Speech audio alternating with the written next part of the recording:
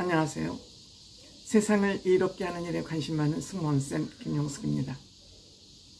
이번 주 톡파원 25시는 이찬원을 패널들이 부러워하고 이찬원도 또 부러워하는 그러한 이찬원 부러워, 이찬원이 부럽고 이찬원을 부러워하고 그런 내용들이 핵심이지 않았나 생각합니다. 물론 우리들이 흥미를 가지고 있는 그레이스 켈리의 나라 모나코에 대한 것도 흥미가 있었습니다. 또 아제르바이잔, 우리에게 잘 알려지지 않은 아제르바이잔이라는 나라, 이탈리아는 우리가 너무 많은 사람이 관광을 했고 또 많이 알려진 그런 나라죠. 또 벨기에도 우리가 그렇게 잘 알고 있는 나라는 아닙니다. 그래서 이번 주에는 아주 구성이 다양하게 진행된 그러한 톡파원 25시였다 이렇게 생각이 듭니다. 이찬원 씨는 지금 30세도 안 됐죠. 28세죠. 28세의 나이에 준재벌, 준갑부라는 평가를 받고 있는 것 같습니다. 코를 2만원짜리로 푸니 5만원짜리로 푸니 이렇게 돈과 관련된 이찬원의 에피소드가 많이 소개가 되고 있고요. 또 모나코를 소개하는 꼭지에서는 모나코는 부자의 나라이기 때문에 30%가 국민의 30%가 백만장자라고 합니다. 인구가 3만 3천 명 정도밖에 안 되고 대한민국의 한 9 땅덩어리는 여의도만 하지만 대한민국의 한 9 같은 그러한 인구를 가지고 있기 때문에 인구 밀도는 세계 또 2위라고 그러네요. 인구 밀도 면에서는 땅덩어리는 세계에서 가장 작은 나라, UN 가입 기준으로 UN 가입 기준이 아니면 두 번째로 작은 나라 이렇게 되어 있는 모나코가 소개가 됐습니다. 그래서 모나코에서는 130억 정도는 있어야 그 나라에 들어갈 수 있어요. 즉 이민을 받아준다는 얘기인지 시민권을 준다는 얘기인지는 모르겠습니다. 하여튼 130억은 있어야 그 나라에 들어갈 수 있다고 합니다. 그런데 이 중에서 들어갈 수 있는 사람은 이찬원이다. 전현무가 가장 들어갈 확률이 많죠. 전현무가 이찬원밖에 들어갈 사람이 없다라고 또 이찬원을 부러워하는 그러한 멘트를 날리기도 했습니다. 어쨌든 이찬원은 30대도 안 된 약관 20대에 준재벌급 대우를 부러움을 사고 있는 거 아닌가 생각합니다. 글쎄 이찬원이 130억이 있다 하여 모나코를 부러워할까요? 저는 그렇지 않다고 생각합니다. 이 모나코가 우리에게 많은 관심을 갖게 한 것은 그레이스 켈리라는 세계적인 배우가 여기에 레이니 3세 국왕과 결혼을 하면서 국모가 됐기 때문에 이 모나코를 세상에 많이 알리는 그런 기회가 됐다고 생각합니다. 물론 나라가 부자 나라이다 보니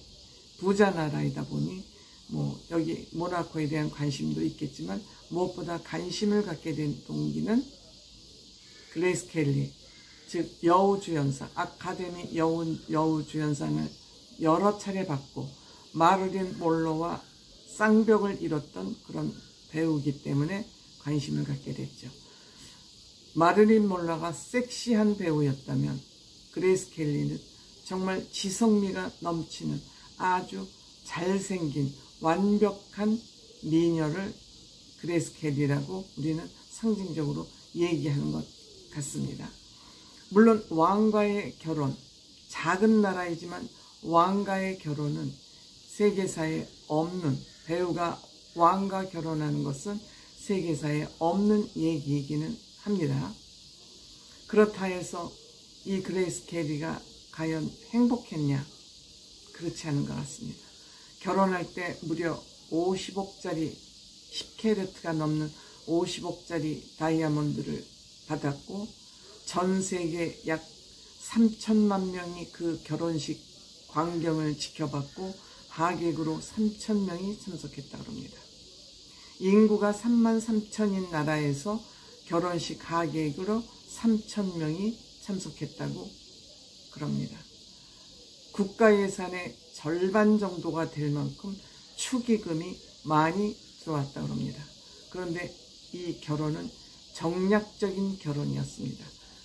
레이니의 정략적인 결혼이었습니다. 프랑스로부터 독립하고 싶어서 이런 정략적 결혼을 하다 보니 그레이스 켈리는 굉장히 억압된 결혼 생활을 했습니다. 억압된 결혼 생활. 화려한 대공궁에서 생활을 하고 부러울 것 없을 것 같은 그레이스 켈리지만 억압된 결혼 생활. 과연 그것이 행복했을까요? 나의 행복과 남에게 보여지는 행복은 전혀 다른 것이죠. 전혀 다른 것이죠. 이 레이니 3세는 본인 취미로 자동차를 사모아가지고 그 자동차를 둘 곳이 없어서 자동차 박물관을 만들었다 그러지 않습니까?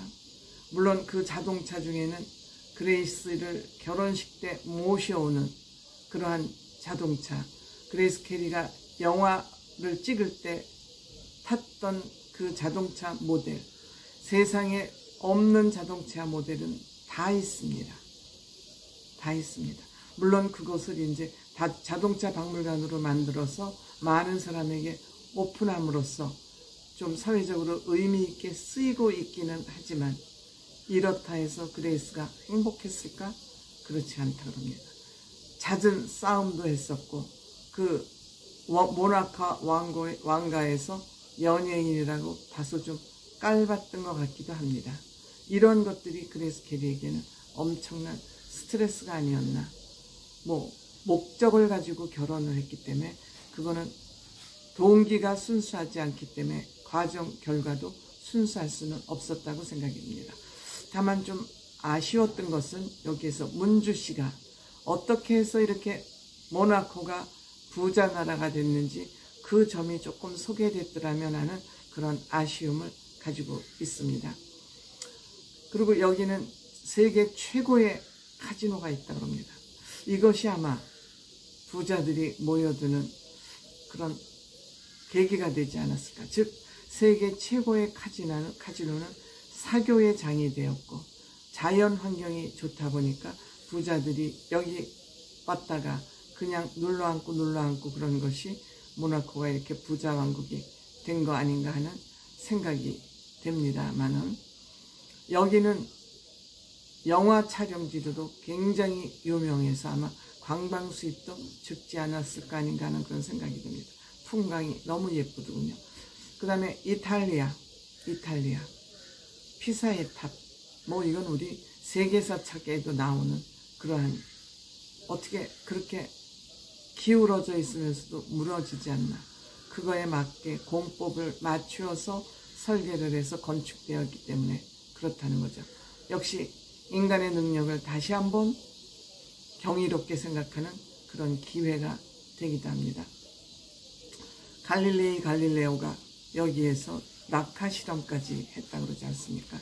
그 다음에 밀라노 대성당. 이거는 정말 기가 막힌 성당이군요. 어떻게 그 높은 꼭대기에 그 조각상을 세우고